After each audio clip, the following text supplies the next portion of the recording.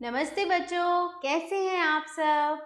तो आज हम शुरू करने वाले हैं एक नई पुस्तक हिंदी व्याकरण बाय ब्रेन रूट सीरीज। और इससे हम करने वाले हैं सबसे पहले पाठ संख्या 1। और पाठ संख्या 1 का नाम है भाषा और व्याकरण। निम्नांकित चित्रों को देखो और समझो।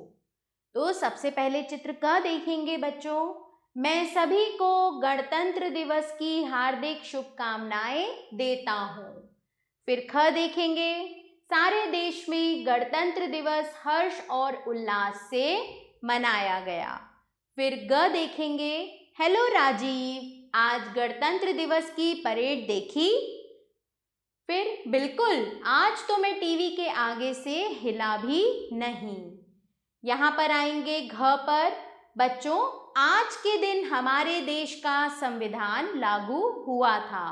फिर ण पर, और अब आ रही है राजधानी दिल्ली की झांकी। इन सभी चित्रों में लोगों ने अलग अलग माध्यमों से अपने विचारों को दूसरों तक पहुंचाने का प्रयास किया है। बच्चों, आपने देखा कि वो जो चित्र मैंने अभी आपको दिखाए उसमें सभी लोग अपने अपने विचारों को दूसरों को बता रहे हैं।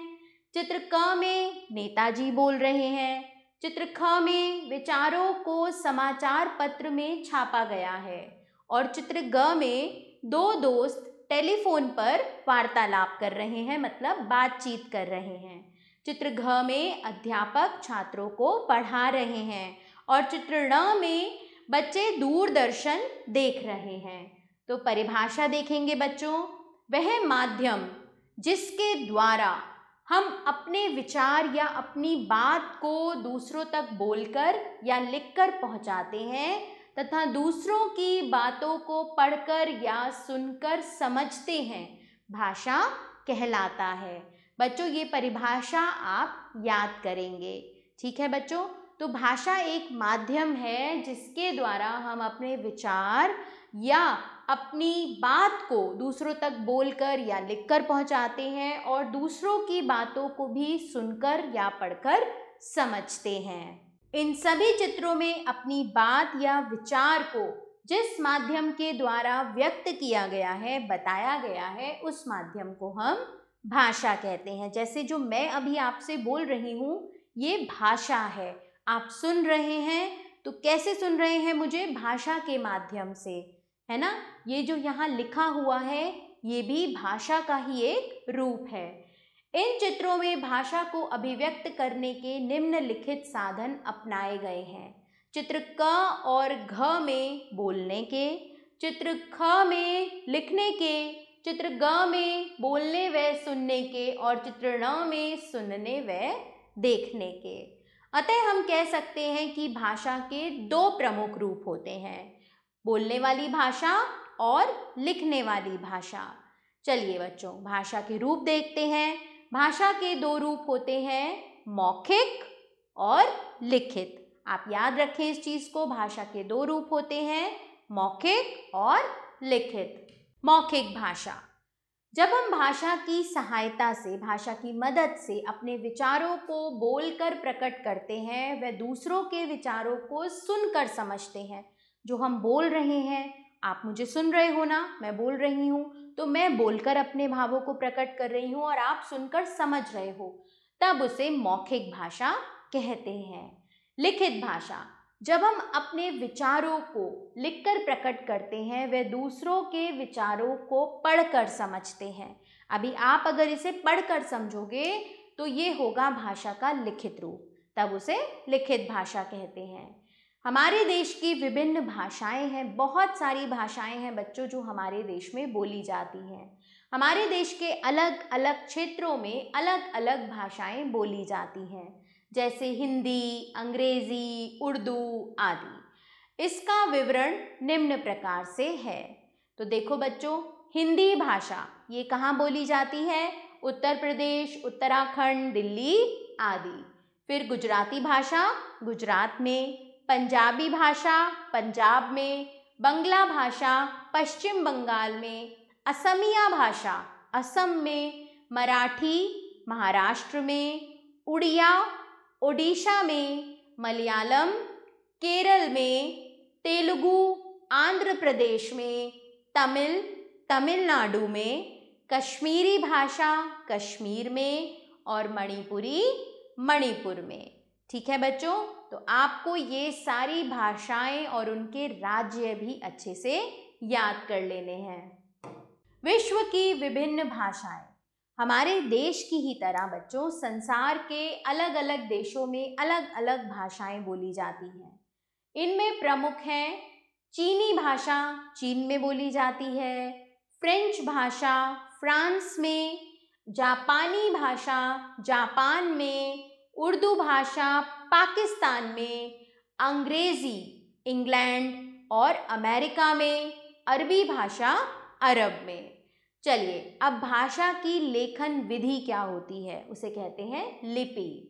मौखिक भाषा को जब हम लिखित रूप प्रदान करते हैं तो मौखिक भाषा को लिखित रूप प्रदान करने के लिए ध्वनि चिन्हों या वर्णों की एक विशेष व्यवस्था की रचना की गई है। हिंदी भाषा को मैं बोल रही हूँ, इसे जब हम लिखेंगे तो हमें कुछ ध्वनि चिन्ह भी चाहिए और वर्ण भी चाहिए, और वर्णों को सही तरह से सही जगह पर रखना भी होता है। इसे कहते हैं वर्णों की व्यवस्था।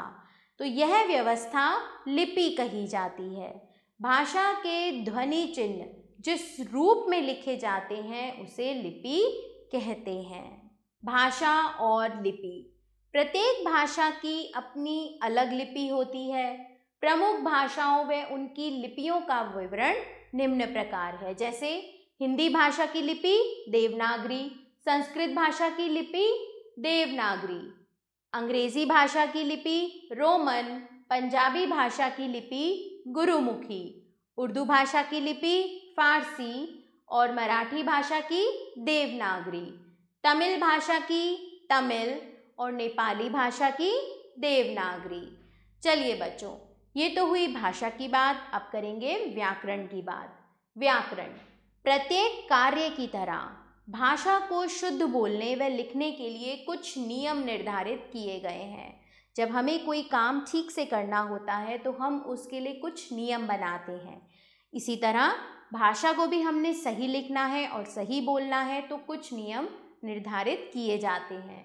भाषा के इन नियमों का ही दूसरा नाम व्याकरण है। चलिए परिभाषा देखेंगे।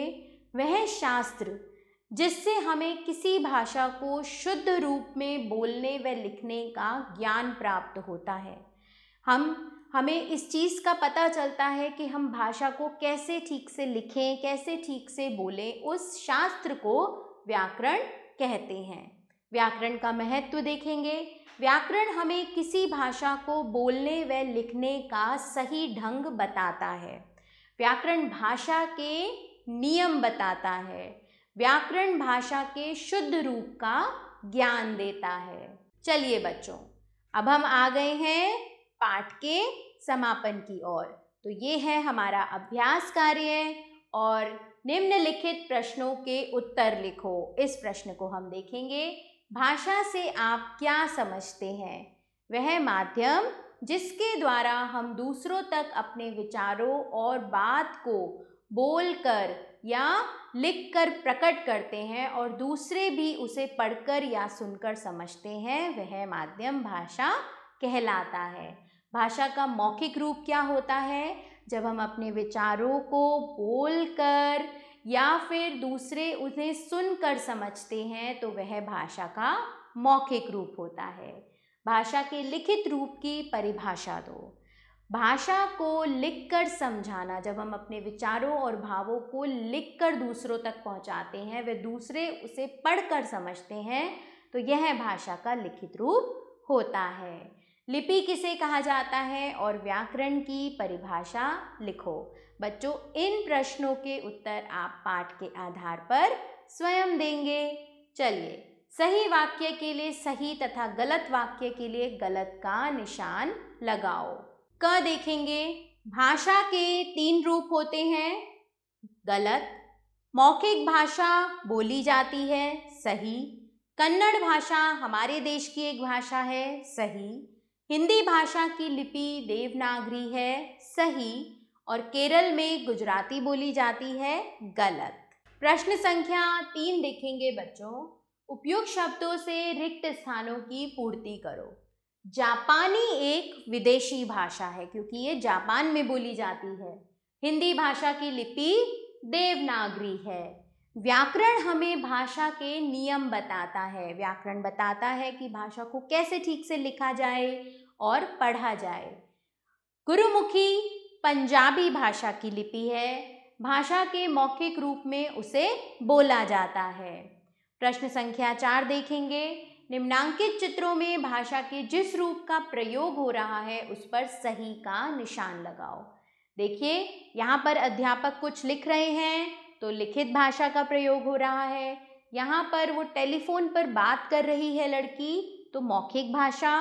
और ये देखिए ये बच्चा अपनी पुस्तिका में कुछ लिख रहा है तो ये हुआ लिखित भाषा। तो बच्चों आशा करती हूँ कि ये पाठ आपको अच्छे से समझ में आ गया होगा। आभार। मिलते हैं नए पाठ के साथ।